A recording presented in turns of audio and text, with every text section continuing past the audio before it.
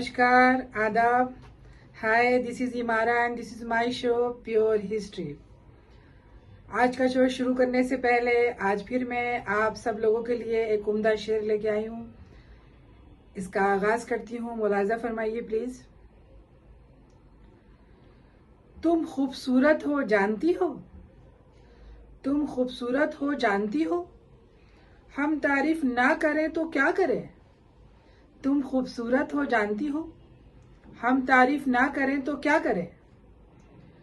आंखें कातिलाना है तुम्हारी जानती हो, हम जान निसार करें ना करें तो क्या करें।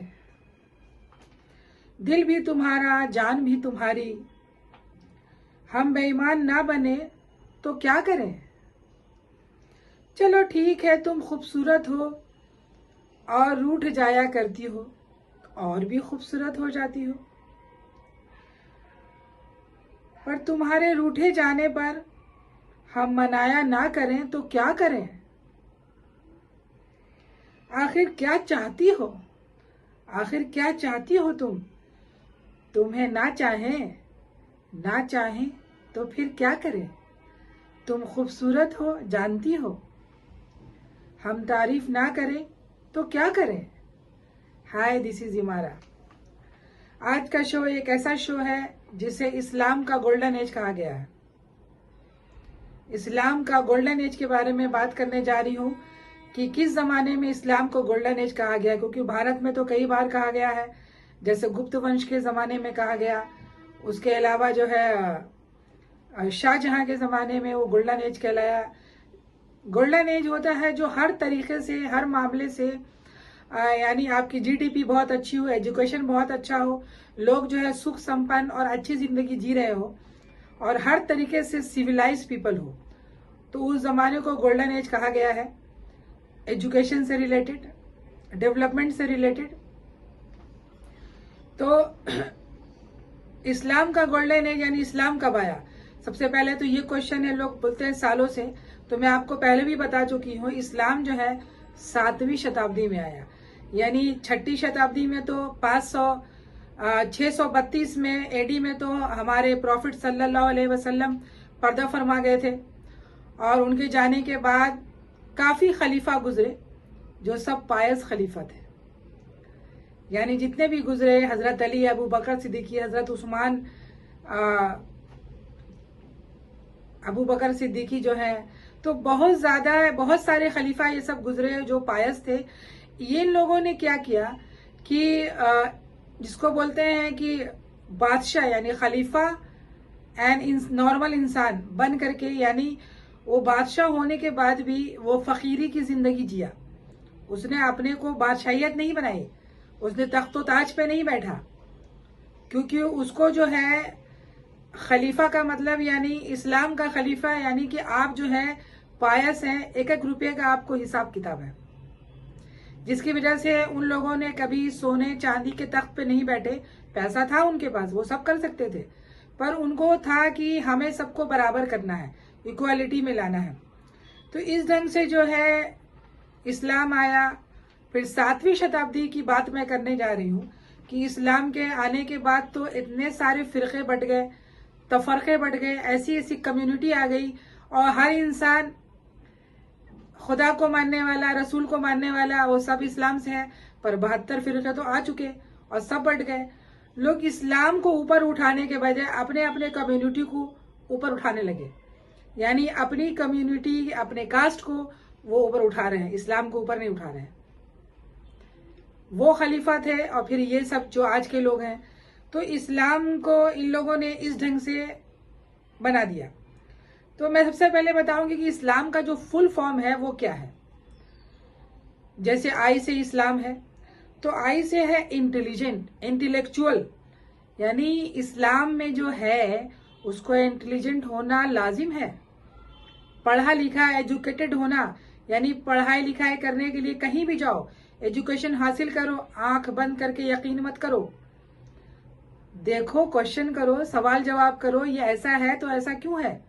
इंटेलेक्चुअल आपको होना, this is a compulsory, this is the main pillar of the Islam, intellectual person होना। उसके बाद है एस से सेम रिसर्च सेंटर, यानी कि इक्वालिटी की बात की गई है कि हर इंसान बराबर है, यानी इंसान जो है सब बराबर है, ये इस्लाम ने कहा। और इसमें कोई छोटा बड़ा ऊंचा नीच जाति कुछ नहीं है, सब बराबर है, खुदा के बारगाह में सब बराबर है। और यही जो है इस्लाम का जो है एस है। उसके बाद है एल से आता है लिंग्विस्टिक, भाषावादी, हर तरह का नॉलेज रखने वाला, हर तरह की चीजों को जानने वाला, लॉयल्टी, लॉयल इंसान, आप झूठ ना बोलें, मक्कारी ना करें, फरेब ना करें, क्योंकि खुदा तो सब देख रहा है। और मक्कारी, झूठ और फरेब से आप कब तक बचेंगे? तो यानी लॉयल्टी आप में होनी बहुत जरूरी है, आपको लॉयल होना, ये इस्लाम का पिलर है। उसके बाद आता है ए से एरिस्टोक्रेट, अमेजिंग, यानी एरिस्टोक्रेसी जो है एनलाइटमेंट डिप्लोमेसी और डेमोक्रेसी जो है वो इस्लाम ने लाया। कि भाई इस्लाम ने कहा कि भाई आप अच्छी जिंदगी जिए, और अच्छी जिंदगी के साथ साथ आप दूसरों को भी अच्छी जिंदगी दें, ये इस्लाम का पिलर है ये भी। उसके अलावा एम सबसे ज्यादा इंपॉर्टेंट इसलिए है कि शुरू से ही हजारों सालों से इस्लाम, यानी इस्लाम की स्थापना तो 700 ईस्वी तक हुई है। एम का मतलब है मोनोथिज्म, एक ईश्वरवाद, सबसे मेन पिलर यही है। और ये जमानों हजारों सालों से जितने भी पैगंबर प्रॉफिट गुजरे, हर रिलीजन के हर जब में सब ने मोनोथिज्म की ही बात की और मोनोथिस्ट की ही बात की। और मोनोथिस्ट थे पहले, उसके बाद में वो इस्लाम आया, यानी 6वीं और 7वीं शताब्दी में। तो इस ढंग से जो है आपका इस्लाम आया। और ऐसी बड़ी बड़ी बातें, एजुकेशन की बातें, इंटेलेक्चुअलिटी की बातें, एनलाइटमेंट की बातें, जिस ढंग से लोगों ने इन चीज़ों को बनाया कि भाई आपको इस्लाम का मतलब ये नहीं है कि आपने अपने आप को बिल्कुल अंधा बना दिया हो। आप क्वेश्चन करें, पढ़ाई लिखाई करें, अपने बच्चों को पढ़ाएं, लड़कियों को पढ़ाएं। और इस्लाम ही एक ऐसा रिलीजन दुनिया में वाहिद जिसने औरत को बराबर का दर्जा दिया, बराबर, और हर चीजों में, यानी हर चीजों में उसे अधिकार दिया, वरना उसको कोई अधिकार नहीं था, किसी ने नहीं दिया अधिकार। तो इस्लाम में जो अधिकार औरतों को दिया गया वो किसी रिलीजन में नहीं दिया गया। तो बाद में तो इन सारे चीजों को निचोड़ कर लोगों ने ऐसा बना दिया कि जिसमें इस्लाम को बिल्कुल ही हटा दिया उन लोगों ने, और लोगों के दिमाग में भर दिया डर, खौफ, पर्दा, यानी हर चीज में डर, उनके दिमागों में डर भर दिया, खौफ भर दिया कि ये करो तो नहीं ये हो जाएगा, ये करोगे तो ये हो जाएगा, ये है तो ये गुनाह है, ये चीजें ऐसी है, यानी सच्चाई से मुंह मोड़ दिया। और खासकर औरतों के सारे अधिकारों को छीन लिया, और छीनने के बाद उन्हें ये बता दिया गया कि आपको पर्दा करना है, और जो पर्दा नहीं करेगी वो जहन्नम में जाएगी। यानी पर्दा का रिलेशन उन लोगों ने किस चीजों से कर दिया? कपड़ों से कर दिया। पर्दा खुदा रसूल ने आंखों का पर्दा कहा, आंखों का पर्दा कहा कि आपको एक अच्छी जिंदगी के लिए आपकी शर्म, क्योंकि खुदा तो सब देखता है, उससे छुपा हुआ कुछ नहीं है।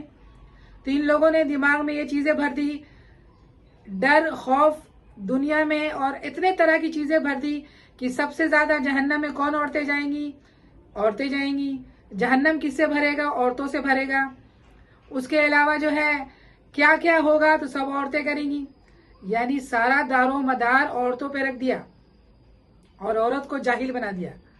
और जाहिल बनाने के बाद उनको घर की, जैसे दूसरे रिलीजन में लोगों ने कर दिया, आप घर की इज्जत हो, आप घर की जेवर हो, जीनत हो, ये करके आपको इस ढंग से आपकी सोच पे उन्होंने वार किया, आपकी सोच और समझ को उन्होंने रोक दिया, आपके डेवलपमेंट को उन्होंने रोक दिया, सिर्फ ये कह करके कि ये गुनाह है, ये गलत है और ये सही है, और सिर्फ औरतों के लिए।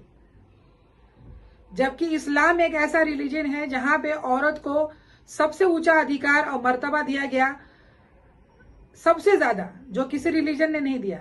पर आज के डेट में तो बहुत मुश्किल से, और जहां जितने जो फिरके हैं, शिया, सुन्नी, बहुत सारे लाखों फिरके हैं, हजारों, तो मैं ज्यादातर देखा है कि जो शिया लड़कियां हैं वो ज्यादा एजुकेटेड हैं, वो काम कर रही हैं। क्योंकि मैं काफी दिनों तक बहरीन कंट्री में रही हूँ, दुबई में रही हूँ, तो इस ढंग से ये पता चलता है कि वहां की जो लड़कियां हैं वो पर्दा, यानी चेहरे का पर्दा कोई भी नहीं करती हैं। एक अच्छा लिबास, एक खूबसूरत लिबास, और वो जॉब कर रही हैं, हर तरह का काम कर रही हैं, एजुकेशन हासिल कर रही हैं, हर तरह से doctor, engineer, professor, teacher, arts, fine arts, designer, बड़े बड़े पोस्ट पे औरतें बैठी हैं और काम कर रही हैं। तो उन लोगों ने एक सही डिफिनेशन दिया है। दुबई में तो एक बहुत बड़ा वुमेन एसोसिएशन है जहाँ पे सारी औरतें जाती हैं, काम करती हैं, सीखती हैं। कोई पाबंदी नहीं है उनके ऊपर, क्योंकि हर चीज का एक लिमिट होता है। लिमिट यानी कि आपको दायरे में रह करके बहुत कुछ करना है। दायरा यानी क्या? दायरा है ना कि आप में जो शर्म है या आपके अंदर जो आपका कैरेक्टर है उसको आपको डिफाइन नहीं करना है। तो ये सारी बातें जो मैंने की इसलिए की क्योंकि इस्लाम में ये बातें करना बहुत जरूरी हो गया था कि ये चीजों को इन लोगों ने कहां से कहां, इंटेलेक्चुअलिटी को, इंटेलिजेंस को इन लोगों ने कहां से कहां पहुंचा दिया। तो मैं आज गोल्डन एज ऑफ इस्लाम की बात कर रही हूं। ये कब था? ये 700 ईस्वी की बात है। 700 एडी में बहुत बड़े बादशाह गुजरे वहां पे, जिसको बोलते हैं कि अब्बासिद खलीफा, यानी अब्बासिद डायनेस्टी थी ईरान में। ईरान से शुरुआत हुई थी इसकी, सब ईरान में ही पैदा हुए थे और बगल में ही इराक है जो बाद में इन लोगों ने बनाया। तो इस ढंग से यहाँ इनकी शुरुआत हुई और इनके जो खलीफा थे ऐसे बहुत सारे गुजरे, पर हारून अल रशीद और इनका जो बेटा था मामून अल मामून, तो इन लोगों ने इस्लाम को बहुत ऊंचाई पे ले गए। इनके जमाने में इस्लाम जो है हाई, यानी मतलब आसमान छू रहा था हर चीजों में, एजुकेशन में, टैलेंट में।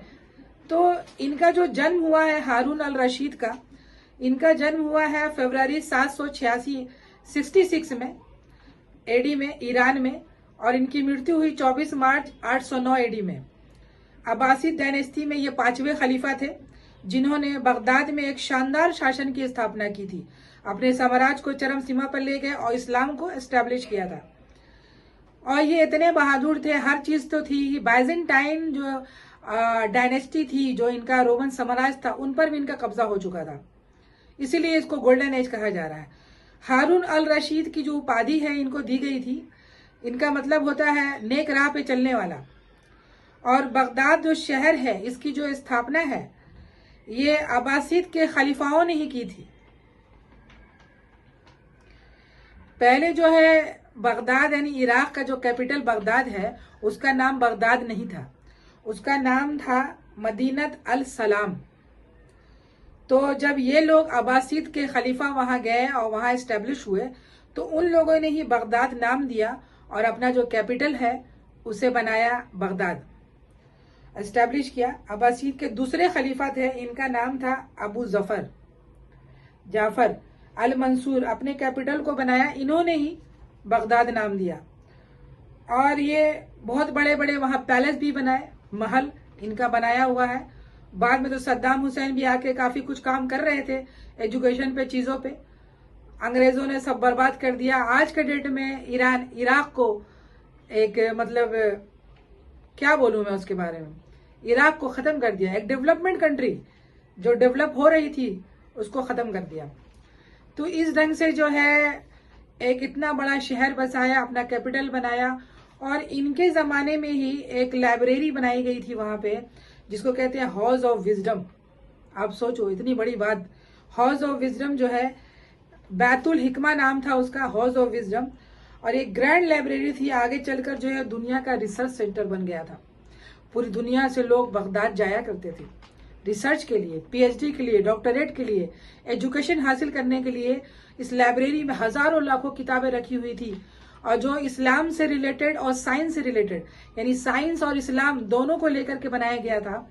और हर चीजों को साइंस के जरिए, ऐसा नहीं कि आपने आंख बंद कर दिया कि इसने ऐसा बोला है, माइथो का इसके अंदर कोई रिलेशन नहीं था, साइंस से रिलेटेड बातें कर रहे थे वो। इतनी बड़ी लाइब्रेरी बनाई, दुनिया का रिसर्च सेंटर था। आज जो अमेरिका और लंदन में लोगों ने बना के रखा है, एक जमाने में इराक यानी बगदाद में था, जिसको हाउस ऑफ विजडम कहा जाता है, जो आज भी है, पर उसकी वो पोजीशन रही नहीं है। एक जमाना था कि पूरे दुनिया से लोग, जैसे हमारे देश में जो बुद्ध का ज़माना था, गौतम बुद्ध का ज़माना था, तो पूरी दुनिया से लोग एजुकेशन हासिल करने के लिए भारत आया करते थे। तो एक ज़माना था इस्लाम का, जिसको गोल्डन एज कहा गया, अल हारून और मामून के ज़माने में। तो इस्लाम का वो गोल्डन एज था जहाँ पे ऐसी लाइब्रेरी, ऐसी किताबें, इतना एजुकेशन औरत और मर्द सबके लिए था। सब लोग बड़े बड़े पोस्ट पे होते थे, काम करते थे, एजुकेशन हासिल करते थे, जॉब करते थे, और एक दूसरे को अपने फिलॉसफी के जरिए, अपने दृष्टिकोण और अपने पॉइंट ऑफ व्यू को वो बांटा करते थे। तो इस ढंग से जो है इनका एस्टेब्लिशमेंट हुआ।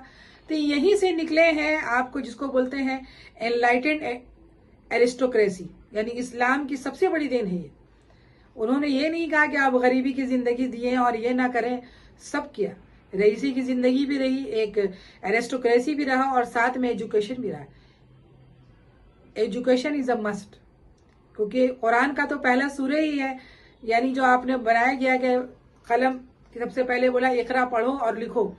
तो इस ढंग से एजुकेशन को सबसे ज्यादा आगे रखा गया इसके मामले में। तो यहीं से जो है मैं आज बात करने जा रही हूँ मोहम्मद इब्न मूसा एंड ख्वारिज़मी, ख्वारिज़्म नाम है इनका। तो आज जो दुनिया में जो हम मैथमेटिक्स पढ़ते हैं, मैथ, अलजेब्रा, तो अलजेब्रा जो है एक अरबिक वर्ड है, और अरबिक वर्ड अल जबर आपने पढ़ा होगा, जेर जबर, जेर और जबर सारी चीजें आप लोगों ने पढ़ी होगी। तो अल जबर से बना है अलजेब्रा, ये एक अरबिक वर्ड है। और वहीं से इन्होंने इनको फादर ऑफ अलजेब्रा कहा जाता है। ये भी इराक के थे और वहीं से निकले, क्योंकि ये वहीं अपना एजुकेशन हासिल कर रहे थे हाउस ऑफ विजडम में। ख्वारिज़्म ये इराक के थे, और इन्होंने जो है जैसे अलजेब्रा जो है 4 प्रकार का लोगों ने बनाया है, जैसे elementary algebra, abstract algebra, advance algebra और commutative algebra and linear algebra. तो इस ढंग से इतने तरह के अलजेब्रा जो है इन लोगों ने बनाया, और बनाने के बाद जो है और भी चीजें हैं जो मैथमेटिक्स से रिलेटेड है, जैसे अलगोरिथ और ट्रिगोनोमेट्रिक, ये सब का आविष्कार वहीं पे हुआ। कुछ कहते हैं कि ट्रिगोनोमेट्रिक जो है इन्वेंटेड बाय द हैपरचॉज ऑफ निकाया, ये वहां के थे, इन्होंने किया है। पर बाद में डेवलप करके ये सारी चीजें, यानी मैथमेटिक्स जो है, मैथ्स जो है, ये अलजेब्रा, ये सारी चीजें अल ख्वारिज़्म की देन है। बहुत बड़े साइंटिस्ट थे, एस्ट्रोनॉमर थे, यानी वो सब कुछ थे। उन्होंने ही इन सारी चीजों का इन्वेंट किया, और इन सारी चीजों को करने के बाद उन्होंने सारी चीजें की। उसके अलावा जो है अल हारून के जमाने में ही बहुत सारी ऐसी किताबें लिखी गई हैं। जी आपने बहुत सारी किताबें आपने सुना होगा, अलिफ लैला, अलिफ लैला की जो खूबसूरती है, जो स्टोरी है, और सिंदबाद की कहानी जो है, ये सब वहीं इराक की कहानी है, बगदाद की कहानी है, बगदाद के लोगों की कहानी है। तो ये अलिफ लैला की कहानी, अलिफ लैला पे मैं एक अलग वीडियो बनाऊंगी, जो बहुत खूबसूरत खूबसूरत कहानियां हैं। पर ये जो स्टोरी है ये यहीं की देन है, क्योंकि ये कहानी की जो किताब बनी है, इन किताब का नाम है 1001 night, Arabian nights. Arabian nights में आपने देखा होगा कितनी सारी कहानियां हैं, और कैसी खूबसूरत ढंग से इन कहानियों को बहुत तरीके से स्केचेस के जरिए, एनिमेशंस पिक्चरों में बहुत दिखाया गया है। और हमने तो बचपन से ही देखा सिंदबाद की कहानियां, जैसे अलिफ लैला। तो इस ढंग से जो है ये सारी किताबें वहां से निकली हैं, और ये किताबें निकली, ये सारे मैथमेटिक्स और विजडम, हाउस ऑफ विजडम यानी बैतुल हिकमा, ये सब जो है इराक, बगदाद की देन है। और इतनी सारी चीजें वहां पे, और ऐसी खूबसूरत खूबसूरत लाइब्रेरी, पैलेस, और सबसे बड़ी बात है कि वहां पे लोगों को बताया गया कि आप जो है पहले सोचें, समझें, विचार करें, फिर आप काम करें। यानी आप ये नहीं देखें कि आपको क्या बताया जा रहा है। खुदा ने आपको दिमाग दिया है, सोचने और समझने की ताकत दी है, आपके अंदर तो हर गुण है जो खुदा ने डायरेक्ट दिया है आपको। तो अपने टैलेंट को आप पहचाने, अपना दीपक आप खुद बने, अपने बारे में खुद आप सोचें और समझें कि आपको खुदा ने क्यों बनाया है। तो जो इस्लाम जैसा रिलीजन जो मॉडर्नाइजेशन पे टिका हुआ है, सबसे ज्यादा मॉडर्न, सबसे ज्यादा एजुकेटेड पर्सन, आज लोगों ने क्या बना दिया। शायद ये बहुत कम लोग ही हैं जो इस्लाम का ये सही डिफिनेशन को समझ पा रहे हैं कि इस्लाम का जो लफ्जी माने है, यानी उसका जो फुल फॉर्म है वो क्या है, और किस ढंग से इस्लाम का जो पिलर है वो एजुकेशन पे ही टिका हुआ है, मॉडर्नाइजेशन पे ही टिका हुआ है। और आप लोगों को अगर इस्लाम को सही माने में समझना है और कुरान और हदीस को, तो आपको एजुकेशन हासिल करना पड़ेगा। सबसे पहले आपको इंटेलेक्चुअल होना पड़ेगा। Intellectuality is the best thing for your career और for your point of views, कि आपको इस चीजों पे आप कैसे क्या कर सकते हैं। तो आज का शो आप लोगों को कैसा लगा, मैं आगे भी इसके बारे में बताऊंगी। मैं आज ख्वारिज्म की बात कर रही थी, जो फादर ऑफ अलजेब्रा थे, और इन्होंने हमारे समाज के लिए, हमारे दुनिया में हमारे इस्लाम को एक गोल्डन एज दिया। इराक और बगदाद ने, आज के डेट में बगदाद और ये अफगानिस्तान और चीजें क्या बन गया है। मतलब एक औरत को एक जानवरों की तरह एक तरफ बना दिया, और एक तरफ क्या कर दिया है। जब सद्दाम हुसैन था, एजुकेशन पे काफी ध्यान दे रहा था वो, और डेवलपमेंट में भी ध्यान दे रहा था, पर उसके दिमाग में भी खराबी आ गई, वो भी जो है घमंडी हो गया, हॉटी। और जब इंसान में इस ढंग से घमंड आ जाता है तो इंसान फिर गिर जाता है। तो मैं इस्लाम के बारे में, यानी ख्वारिज्म के बारे में यही बात कहना चाहूंगी कि इस्लाम से बड़ा मॉडर्न रिलीजन शायद ही कोई है। तो आपको समझना होगा कि सही इस्लाम क्या है, और आपको अपनी किताबों में देखना होगा, पढ़ना होगा। धन्यवाद।